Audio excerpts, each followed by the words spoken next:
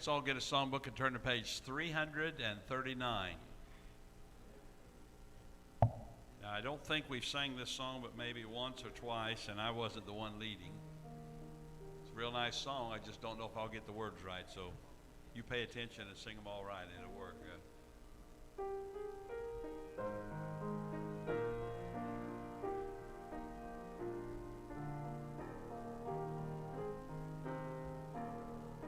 By His grace I am redeemed, by His blood I am made clean, and I now can know Him face to face.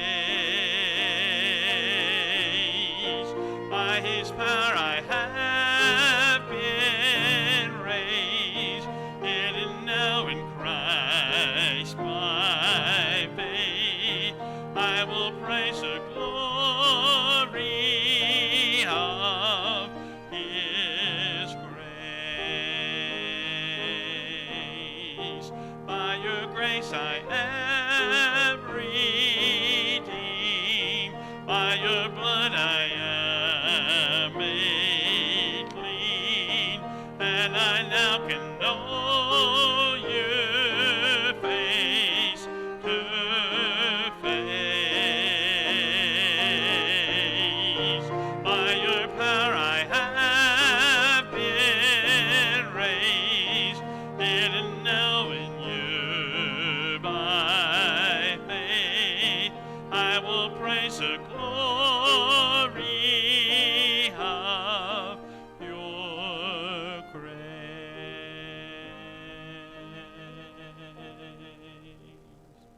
Brother Kermit, would you pray for us?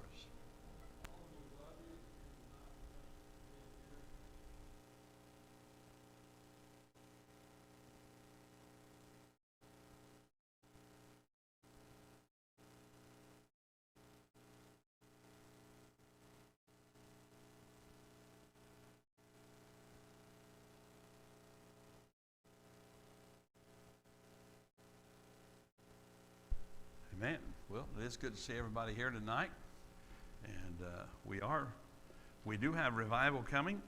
It's coming up this week, and so we're looking forward to it. This starting this Sunday, and I hope you've been praying. I hope you've been passing out some flyers. I've took several flyers and talked to several people this week, and I don't know if anybody will come, but we did take engage a few folks, talk to some.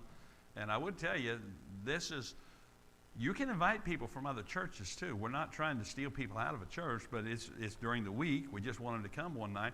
And I would be thrilled if people in other churches got revived.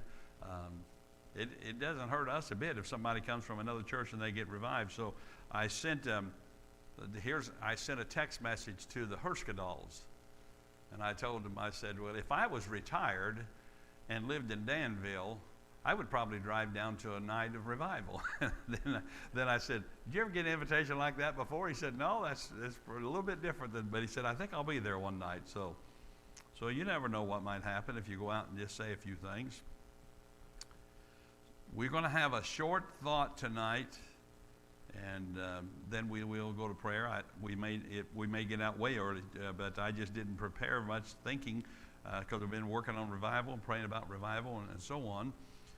But I do want to remind you of things that's going on.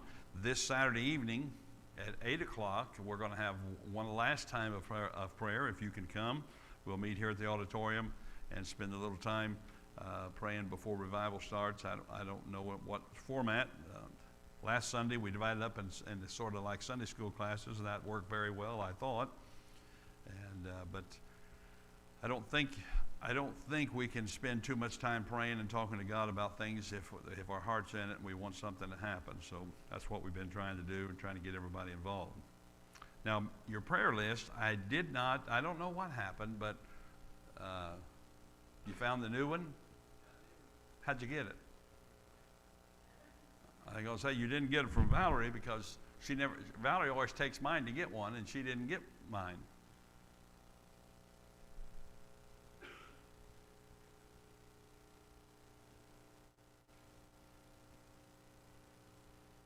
got new prayer lists. That's what I was getting ready to tell you. We got new prayer lists coming out right now. So.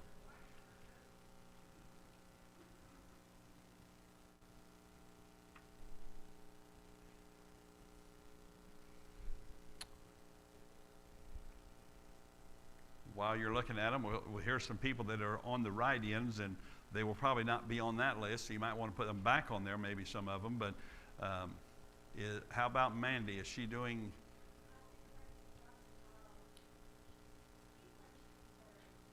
Okay, but we still need to keep her on there, so we'll put Valerie back on the write-ins for a little bit.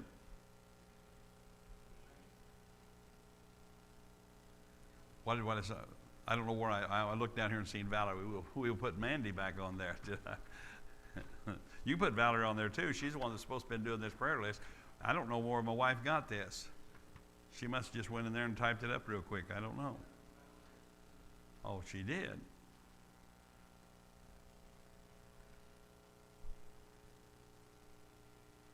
I have marked some things off on mine, but Valerie never took my list this time, so I don't know if some of these people are still on there.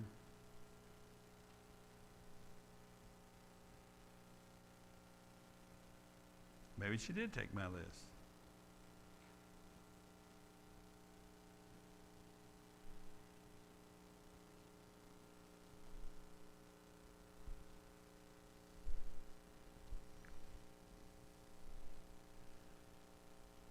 Well, if you've got a new list now, we'll update some things on it. Mary Ferguson, I put on the cancer list a couple weeks ago, and I don't see her on this new list.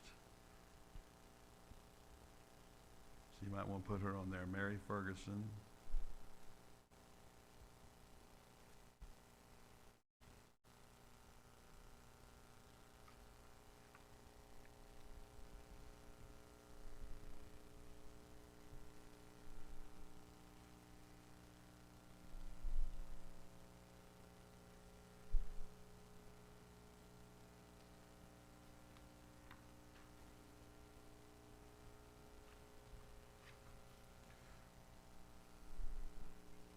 What is going on our prayer list we can update?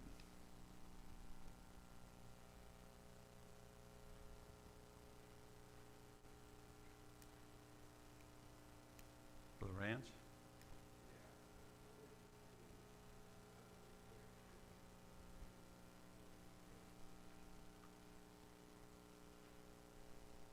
Okay.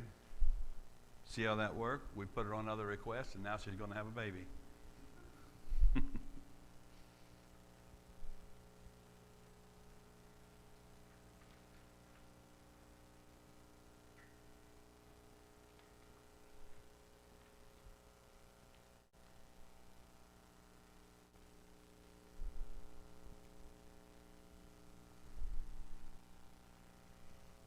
There are people home still watching for Mary Jervis.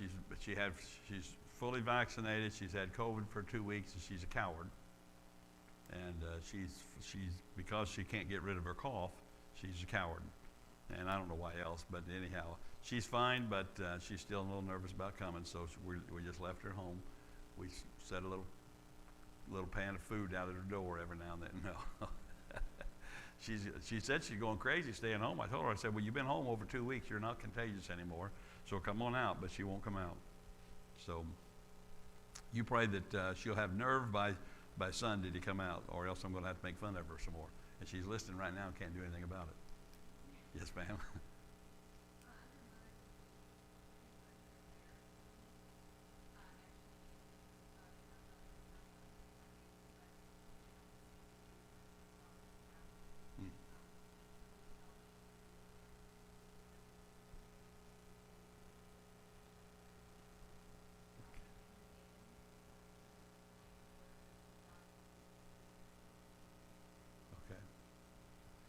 So it's the Rivera, okay. The Rivera family on the mothers and babies. And I'm going to go ahead and write their name out there. Ashley.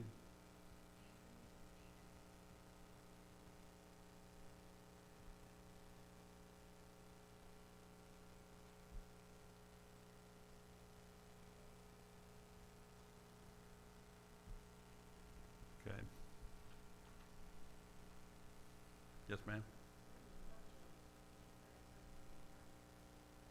She's having another surgery? I did not know that. In fact, I think I just took her off the list.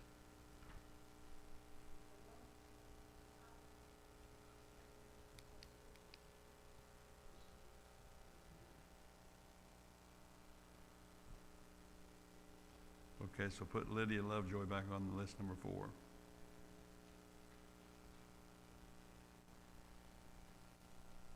She's a tough gal.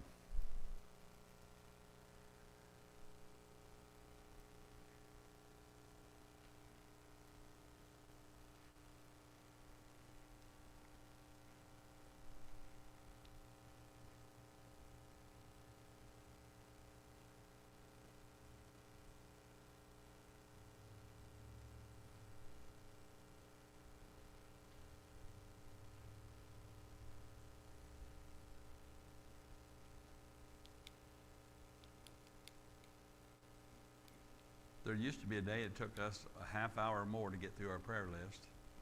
And now we're just done in no time. I don't know what it is. We're not praying for people, or we're just not very talkative. What it is.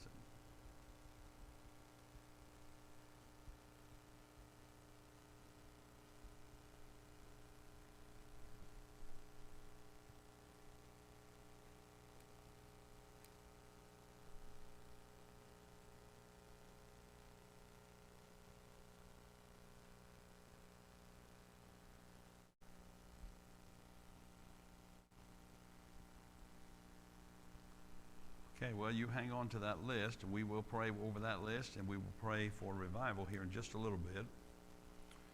But I'll give you a quick thought now tonight before we go on in Psalms 149.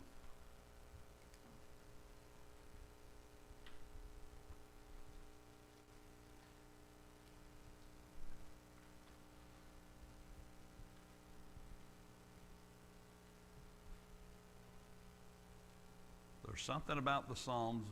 I realize the Psalms, I've said before, they are the psalm book of the Hebrews. Now, I'd have a hard time putting music to a lot of these things. There's some in there that people have, but there's just something about them. You read them. I can't really explain it, but something about them, they seem to have, there's always a little thought or something that helps and has a way of encouragement. Most of them that I really enjoy is you read David, and sometimes at the beginning of the psalm, he sounds like he's about done. Everybody's about whooped him, and the world's about to end. By the end of the psalm, he's on top of everything. Or sometimes he'll start off, he's on top of everything, and then he'll tell how he got there from the rest of the psalm. But in Psalm 149, it's simply talking about singing and praising the Lord, something that if we was honest, we probably spend more time questioning and arguing with the Lord, or even upset with the Lord, than we do praising the Lord. And so I'm going to read it and then just give you a couple of simple thoughts about it along the line of what I call singing in strange places. He says, "Praise ye the Lord, sing unto the Lord a new song, and his praise in the congregation of saints. Let Israel rejoice in him that made him. Let the children of Zion be joyful in their king. Let them praise his name in the dance." Don't start that tonight. We'll do that for another day. I don't want Mike Dalton up here dancing, but that would be one way. So let them praise his name in the dance. Let them sing praises unto him with the timbrel and harp. For the Lord taketh pleasure in his people. He will beautify the meek with salvation. Let the saints be joyful in glory. Let them sing aloud upon their beds. Let the high praises of God be in their mouth, and a two-edged sword in their hand, to execute vengeance upon the heathen and punishments upon the people, to bind their kings with chains and their nobles with fetters of iron, to execute upon them the judgment written. This honor have all his saints. Praise ye the Lord. Now, I read that verse, and thoughts come to my mind. When Brian, our youngest son, and he probably still does this, but when he was young, for one, he's always been pathetic at singing. He's not in here now, so he'll hear this on YouTube and know it, but he's always been pathetic. And for a couple times, he won the lead songs. He said, "I need to be up there doing something." So he said, "I'll lead songs," and it was awful. And I told him, I said, we're turning your microphone off and I'll lead from behind you. And so I did that for a while. Nobody knew it. And but when he was young, we would just sit in the front room and laugh because you could hear him in the shower. We call it tearing him up, but he really was tearing it up. It was awful. And we just sat and laughed, and it was just kind of a family thing. We knew when Brian was headed for the shower, we was going to get serenaded with some of the worst music you've ever heard. And but he really went after it. But I was thinking about, can you think of some of the most unusual places you've caught yourself singing? Besides the shower, I'm sure maybe a lot of people do that. I sing very loud, even here, but when I'm driving in the car and somebody's singing a good song, I tear it up, and it's bad. But I've been at stop signs and things in the city, and I've seen people over there singing. And we was following the car the other day. I don't know what they were singing, but this lady, I don't know how she drove the car. I think she was doing the dance in the car. Now, I'm pretty sure it wasn't gospel she was listening to because it sounded like it was vibrating, but she was all over that car, and just, I thought, I'm glad I'm not riding with her. But I was thinking about strange places you might sing. Maybe it's driving, and I don't know. There's just, but there's something about having a song. And I whistle. Some people whistle. Now, we've had some people here at the church that hate whistling, but I like whistling. And there are some people, they whistle all the time, and there's something about music, something about God give us some music. And he says here in the first verse, he says, praise ye the Lord, sing unto the Lord a new song. Now, you might notice we sang one tonight that was kind of new to some of you, but we don't do that very often. Because for one, I can't see the words and the music at the same time, so I usually don't try it, and I'm a little nervous. But we've got a lot of good songs. I'm not saying we sing the same 2 songs or 3 songs every week, but we sing the songs that are familiar to us, and there's nothing wrong with that. And I don't think the psalmist here is trying to tell us that we got to go out and buy us a new hymn book. But what he's trying to tell us is we need to experience things we haven't experienced before with God. Try some things. I mean, and then we'll have a new song. And now some things we don't have any choice in. Some things you've been through, some of you've been through some different things. And every time you go through a valley, every new mountain that you climb, every experience in life, we ought to be writing some sort of a song in our hearts. And so I can sing about things today. For instance, I had heart surgery in 2008. I can sing songs and be grateful and sing praise to God for things he did. I couldn't do that before then. I'd never been through anything like that.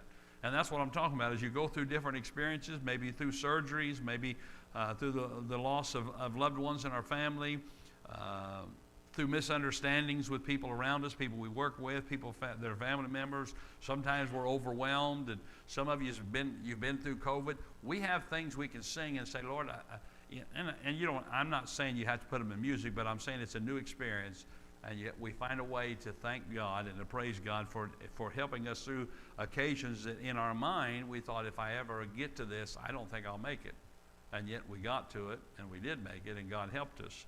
And so he says, sing a new song, have some experiences, and so we do that. Now, again, many of those experiences are not things we asked for, not things we planned on, but they came, and God got us through them, and now we're able to sing a song to him. But he tells us in verse 1 there to sing in the congregation. Now, that command I understand. We tried to do that here. Now, I couldn't really tell if any of you was singing along with us a while ago, but sometimes on Sunday, and now during revival, if we get the place full during revival, I don't know what it is, but people sing louder. It seemed like I think maybe what it is, the only people from other churches and stuff that will come to revival are people that sing. So when they get here, it just sounds loud, and I love it. And so during revival, we'll be singing in the congregation. There'll be a lot of things going on, and I enjoy that. I like hearing joyful people sing. I like hearing them get together. But then he goes on, in verse number 2, he says, "Let Israel rejoice in him that made him. Let the children of Zion be joyful in their King." And again, he's saying, "This is you belong to him." So sing to him. So when we get together, we sing songs. Now, I've even had people ask me, why do you sing on Wednesday night? There's only a handful of you, and half of them don't want to sing. Well, because I want to sing. And I think singing helps us. I think it's good for us. I think it brings joy to your heart. In fact, it'll tell us some things that it does here. And so he says, when you come in together as a congregation, sing. So we're going to do that. Now, we're going to preach too, but we're going to sing. But then he goes on a little farther, verse number 5 down there. He tells us we ought to be joyful on our beds. He says, let the saints be joyful in glory. Let them sing aloud upon their beds. Now, there's times I can do that when it's like, say it's 8:30 in the morning and I'm still in bed. I sing aloud, boy, this is good. I'm sleeping in today. But I don't think that's what he's meaning here. I think he's talking, and he may be talking about when you're getting some good rest. But in my mind, I'm picturing he's probably talking about when we're recuperating from something. Maybe we've been through a sickness. Maybe we've been down for a while and we're still not too well. So he says, have a song in your heart. That'll help you. So for those of you who are home watching this on YouTube because you're afraid to come or you're sick and you're not feeling well, then God says put a song in your heart. Now you don't have to call somebody on the phone and sing it, but put a song in your heart and it'll help you some. And then he says in verse 6 and 7, he says, let the high praises of God be in their mouth and a two-edged sword in their hand to execute vengeance upon the heathen and punishments upon the people. Now, so yeah, I'm trying to picture how he's trying to tell us to sing. At first he says when you get together as a congregation, when God's people ought to sing. I understand that. But he says when you're not feeling well, and you ought to have a song in your heart. When you're down, when you can't go. And now it's like he's picturing us here as they're warriors on a battlefield. You got a two-edged sword in your hand, and you're executing vengeance upon the heathen. Now I don't know how much. I don't know if soldiers are out there singing. I think maybe it might help them, but that's what he's telling them to do. He says, so we're singing when we're not feeling well. We're singing even when the seem like we're in the middle of battles. And I don't think we're necessarily, in my mind, I'm talking when I'm applying this to ourselves. You may not be fighting a war. You may not have a gun, but there's a lot of battles that goes on in life. There's a lot of things we're fighting that's battling against us in this world. And he says you can have a song while you're doing that, and it'll help you through that. And so again, so I'm trying to think about, well, it's easy to sing in the congregation. That's not hard. You come together, we're here to worship the Lord anyhow. That's not so hard. But it's probably not near as easy when you're sick, when things are not going well and you're not feeling well. It's a little bit more difficult to get that song, but we ought to try that. But I'd have to say it's going to be downright difficult when you're on the battlefield. It's just very difficult when you're just feel like you're in the middle of a war. But if we sing, two things happen. One, God gets glorified, and you and I grow. It helps us in our Christian life. In fact, he says somewhere in verse number 4, says he will beautify the meek with salvation. You and I, if we can put a song in our heart at all times, it's not easy to do. I was just talking to somebody about this. Classmate of mine, her mother passed away, so we went to the funeral home this week, and we've seen people there, and we talked to some of them, and we agreed to this. It's not, things at 62 is not the same as they was at 22. And if you don't keep a song, you kind of get frustrated with the way things are. When your knees, you can't stand up, and every knee pops, and things don't work right. But if you can keep that song, it has a way of helping you through. It doesn't really matter what's going on. He said he'll beautify. He can beautify his people. He can bring glory to himself. He can help us. We'll be a much happier people, much holier people if we could do that. If we could just learn to sing a song. So here's my whole thought from this, and it was a short thought. Some of you think it's already too long, but God brings us through a lot of experiences in life. So that one of the reasons is so I can learn new dimensions of the way He loves me. If you've never, just as our sister was telling us about this young family that they've lost one child and likely will lose another one, I cannot even imagine what that's like. One grandchild was almost more than I could bear, and yet God has a way of helping people like that. He can put a song in their heart, and He can help, and they can help other people later on with the comfort that God comforts them with. And I don't know how God does that, but He does do it, and He helps us. And somehow, and again, I'm not saying that everything is just smiles and happy and high fives, but God keeps a joy and a song there. And every time we go through a difficult experience, it helps me to more understand how much God loves me. and helps me to understand His grace. We sing about that grace today. I talk about it often, and I probably said it last Wednesday, probably said it Sunday, and I'll say it again tonight. I like to think about where I would be if God in His grace had not saved me. I see people that I went to school with. I see people that I knew, and that when we were young, I had family members and cousins and things that in my mind we were the same. We had, same family around us, same ideas, same everything. And I see how far they are from God, and how it's as though they snub their nose at God and you read in the book of Revelation how they shake their fist at God, and I see people like that. I think that could have been me. And so it brings me back to by the grace of God, we're able to walk with Him. We're able to be saved. We're able to look forward to all the things that God's got for us. And sure, there's going to be troubles and problems in this life. There is for everybody, saved or lost. But I like to know that I'm walking with someone who's got everything planned and everything. So those difficulties come, and they help me to understand more of God's love and His grace. And then I would ask you, what kind of difficulty are you facing today? Here's what I tell you to do. Don't waste it. And don't just endure it. But use it as an opportunity to find a new way to sing to God and thank Him for how He cares for us. He could take all of that away, and He will one day, but not on this earth. We're going to have to live with it while we're here. So sing strange places. Sing somewhere besides the shower. Now, I thought about getting a confession. How many of you really do that? And some of you probably don't know it. I don't think Brian, to this day, probably knew that he was so awful, and we was all listening. And but he knows it now if he listens to this YouTube tonight. But he was pathetic. Now we are going to go to prayer here in just a moment, and we'll spend mainly. We want to pray over the list, but we want to spend a little bit extra time. I think we'll just go ahead and pray as we have been. We did divide up a little bit last week, but if we're all praying as individuals, then that's more prayer that we're sending up. But I want to encourage you with one other thought. I heard a testimony this week, and it was just in time for revival. And I'm going to read you. I wrote down what the fellow said. And then I want to say a couple things about it, and then we'll go to prayer. He said, "My father was not raised in church. When he was in his early 20s, someone invited him to church. And as a result of being invited to church, Jesus changed his life forever.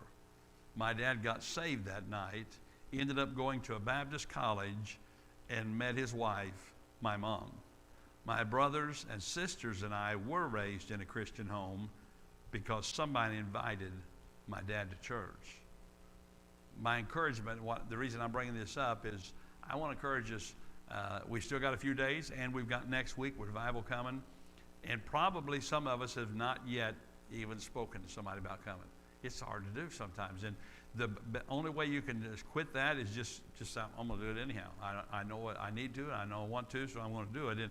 And I love studies. I love statistics. And so I got to looking some up. And studies show that the majority of people come to Christ primarily because somebody visited them to come to a church service.